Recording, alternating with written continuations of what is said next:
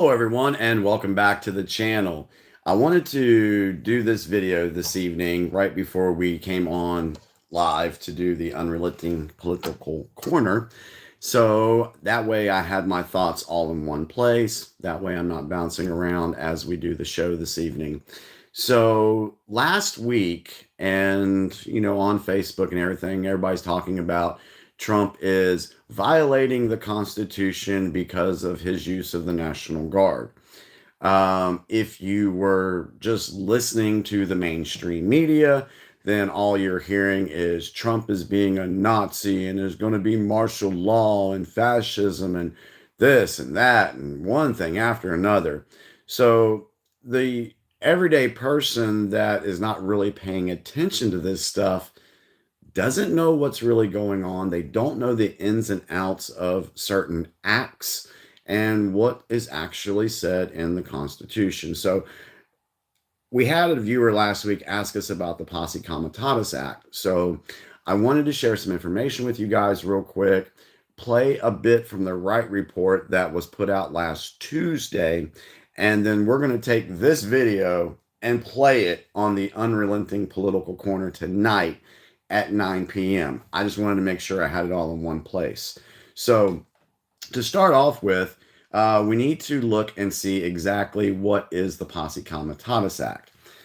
The Posse Comitatus Act is a federal law that generally prohibits the use of the Army and Air Force for civilian law enforcement in the United States.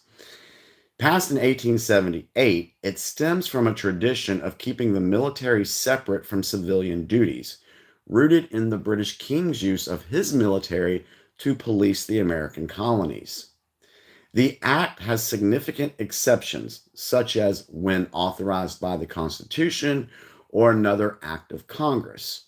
Like the Insurrection Act, which allows the president to deploy federal troops to suppress domestic violence or enforce federal law under certain circumstances. The act originally applied only to the United States Army, but a subsequent amendment in 1956 expanded its scope to the United States Air Force. In 2021, the National Defense Authorization Act for fiscal year 2020 further expanded the scope of the act to cover the United States Navy, Marine Corps, and Space Force. The act does not prevent the Army National Guard or the Air National Guard under state authority from acting in a law enforcement capacity within its home state or an adjacent state if invited by the state's governor. The United States Coast Guard is not covered by the act either, primarily because although it is an armed service, it also has maritime law enforcement mission. Now, back on the Q boards. Yeah, I follow Q. Get over it. That's how I've got a lot of my information. But on the Q boards, there was a post that was put out. It was post number 4521 on June 25th of 2020. And in here, it's a clip from the congressional website talking about the different bills that were coming up for vote and everything like that. So HR 7297, they wanted to amend Title 18 United States Code to prohibit the use of an armed force under the jurisdiction of the Secretary of Military Department as a posse comitatus or otherwise to execute the laws and for other purposes. Well, guess who the sponsor for that bill was? Any guesses? Does pencil neck ring a bell? It was Adam Schiff. Now, the following part of that post says this: worth tracking. The Posse Comitatus Act, 18 U.S. Code, Section 1385, an original intent of which was to end the use of federal troops in former Confederate states, prescribes the role of the Army and Air Force in executing civil laws in states. Key exceptions to the Posse Comitatus Act. Pursuant to the presidential power to quell domestic violence, federal troops are expressly exempt from the prohibitions of Posse Comitatus Act, and the exemption applies equally to active duty military and federalized National Guard troops. What is Adam Schiff trying to prevent? Everything you are witnessing, past and present, future, centrally revolves around the presidential election of 2020, when by any means necessary, self-preservation. All right, so did this attempt by Adam Schiff succeed? Adam Schiff's 2020 attempt to amend the Posse Comitatus Act as a standalone bill, H.R. 7297, thus strengthening the Posse Comitatus Act of 2020, did not succeed. However, a similar amendment to expand the Act's coverage was later included in the 2022 National Defense Authorization Act. So here are the key details. Failed. Schiff introduced the bill in June of 2020 following the Trump administration's response to protest. The bill was meant to expand the act to all armed services, but it did not advance in the session of Congress. I wonder why it didn't advance. Now, we've also had a 2025 case. In September of 2025, a federal judge, now, if you've been watching the Unrelenting Political Corner, we always talk about every week that there's a federal judge doing something to try to stop what Trump's doing. So here we are again. A federal judge ruled that former President Trump violated the Posse Comitatus Act by deploying National Guard troops and Marines for domestic law enforcement activities in California, finding no valid legal exception to justify the deployment. Here are, expansion to other military branches. A 2022 amendment expanded the reach of the act to include the U.S. Navy, Marine Corps, and Space Force, strengthening its overall coverage. Here's the exceptions. While the act is broadly prohibitive, there are specific instances where military force can be used for civilian tasks, such as responding to natural disasters, enforcing certain federal laws, or in cases of an insurrection under the Insurrection Act of 1807. Let's go back to enforcing certain federal laws. Wouldn't that include immigration laws? Illegal immigrants? Would that be an exception that would allow the National Guard to do what Trump's wanting them to do? So, questions that folks need to ask themselves. Now, let me go ahead and play. I can't see the comments. It's so small, guys. But let me go ahead and play the Wright Report. Now, this was put out last Thursday, and I love the way this guy explains stuff, and I hope you guys enjoy it too. So, and then I'll just give my final thoughts after the video's over. So let me go ahead and play this.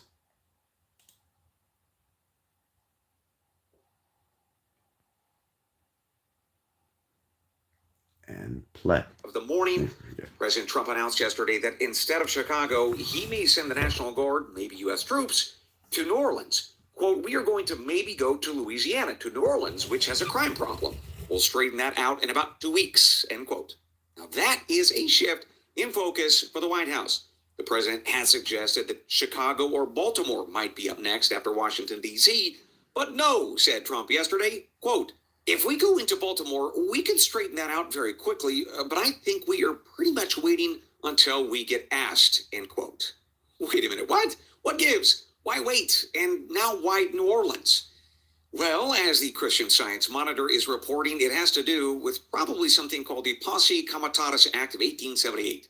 That restricts the use of federal military personnel from engaging in domestic law enforcement activities like arresting folks or searching and seizures. The goal in drafting that old law back many, many years ago was to avoid federal troops imposing D.C.'s will on states and their residents. To which you might be thinking, well, that should then prevent the president, any president, from ever deploying the troops to cities like New Orleans, right? Well, no. There are some exceptions to this old law.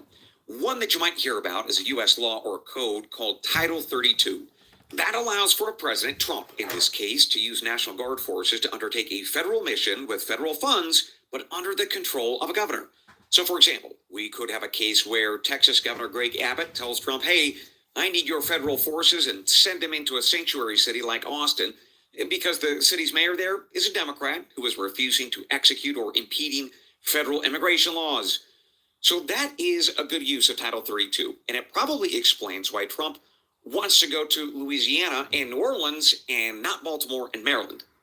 Louisiana's governor is a Republican named Jeff Landry, while New Orleans mayor is a Democrat, Miss LaToya Cantrell. Using these Title 32 authorities, President Trump and Governor Landry could work together and lawfully to deploy various National Guards troops to New Orleans to combat, say, crime or round up illegals and so forth, no matter the protests of that Miss LaToya, the Democrat in New Orleans. But folks, that doesn't mean that President Trump couldn't go into, say, Maryland or Baltimore with the law on his side. He's got something called Title 10 authorities as well. Those allow for the National Guard or active duty troops under federal control to go into a state, despite a governor's opposition, for one of three reasons. First, to quell a foreign invasion. Second, put down a domestic rebellion against the federal government. Or third, the president is unable with regular forces, say ICE officers, to execute the laws of the United States. And that is the legal rationale that President Trump used to send in the troops and the Guard to Los Angeles. As the White House said over the summer, we had a governor, Newsom, and a mayor, Ms. Bass, who were refusing to assist or blocking enforcement of federal immigration laws. So for these Title 10 authorities, it means that federal forces or guardsmen can assist other federal personnel, like ICE, to help round up illegals. Now, most observers, even at, say, the liberal outlets like the New York Magazine, they have reported that Trump was and remains within his authority to use these Title 10 laws or authorities in the way he did. But not all people believe that. We might remember there is a far-left Democrat judge in California who has now ruled twice that Trump went too far with his use of Title 10 authorities. His name is Judge Breyer, and he has gotten smacked down at least once, in fact, over the summer at the Ninth Circuit Court of Appeals. But this week he announced that he's going to try again to stop President Trump. The White House is appealing his Tuesday ruling as well, and odds are it won't stand should it get to the Supreme Court. Still, using Title 10 authorities can get into tricky legal ground, especially if the White House moves away from using troops of the Guard, from executing federal immigration laws, to, say, fighting crime in general. Lawyers debate about various scenarios where maybe Trump could fight crime in general using these Title 10 authorities, but it's pretty dicey. And that, ladies and gentlemen, appears to be a big reason for why the White House and the president said yesterday that maybe he'll wait for the Democrats that run Maryland or other blue states to invite him in first. That would then allow President Trump to invoke his Title 32 authorities versus his Title 10, which would put him on much steadier legal ground. So with those facts and data, let's now pivot to analysis and opinion. And I will start with this. Whether you like the president or not, he has done a pretty good job of staying on the right side or the cleanest side of the law on these National Guard deployments. But even if it is legally acceptable, there is a separate question this morning of whether it is politically smart to do. Now, of course, Democrats say no. They're calling this a case of Nazi America, and it's firing up their base. But I think for reasonable people, most reasonable Americans will support President Trump's crackdown on crime so long as it's tailored and compelling. We'll remember that the Associated Press put out a poll last week that showed that 81% of us think that crime in this country is a major problem, specifically in America's big cities, and that 55% of us say that sending in the National Guard or the military to assist local law enforcement, it's a pretty good use of personnel. The key, though, there is the word assist. And I suspect that the White House has some internal polls that show pretty much the same.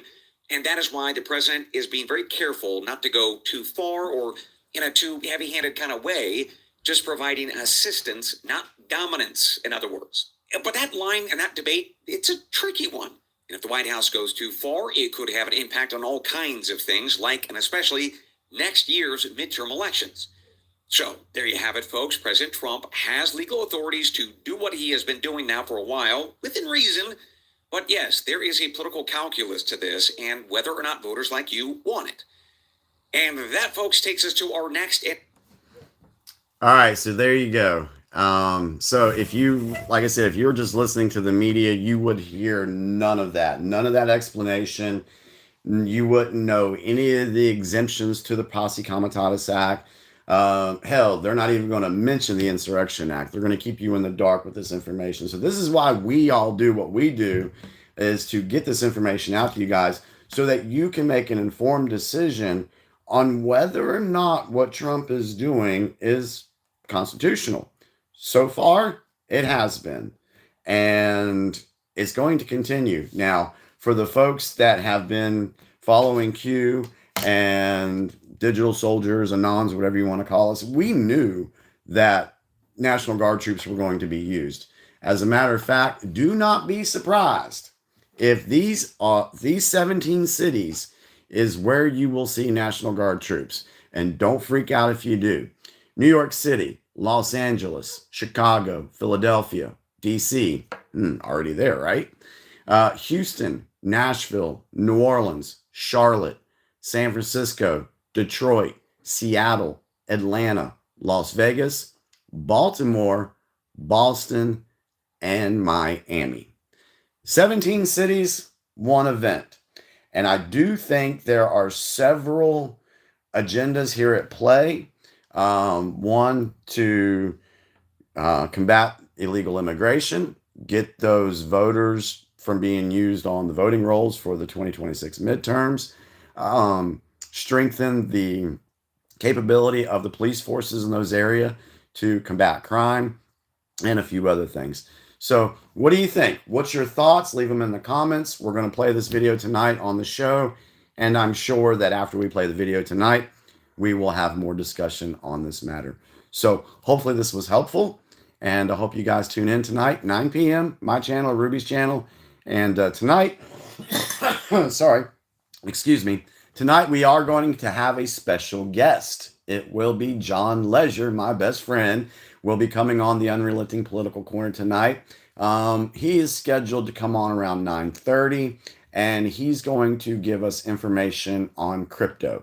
Basically a Bitcoin 101, because a lot of us don't understand crypto, but like I said, John knows this stuff. So he's going to come in and help us explain that. So hope you guys tune in tonight. And I'm going to go get some dinner and get everything ready. So you guys have a wonderful evening, and we will see you later. Thank you so much.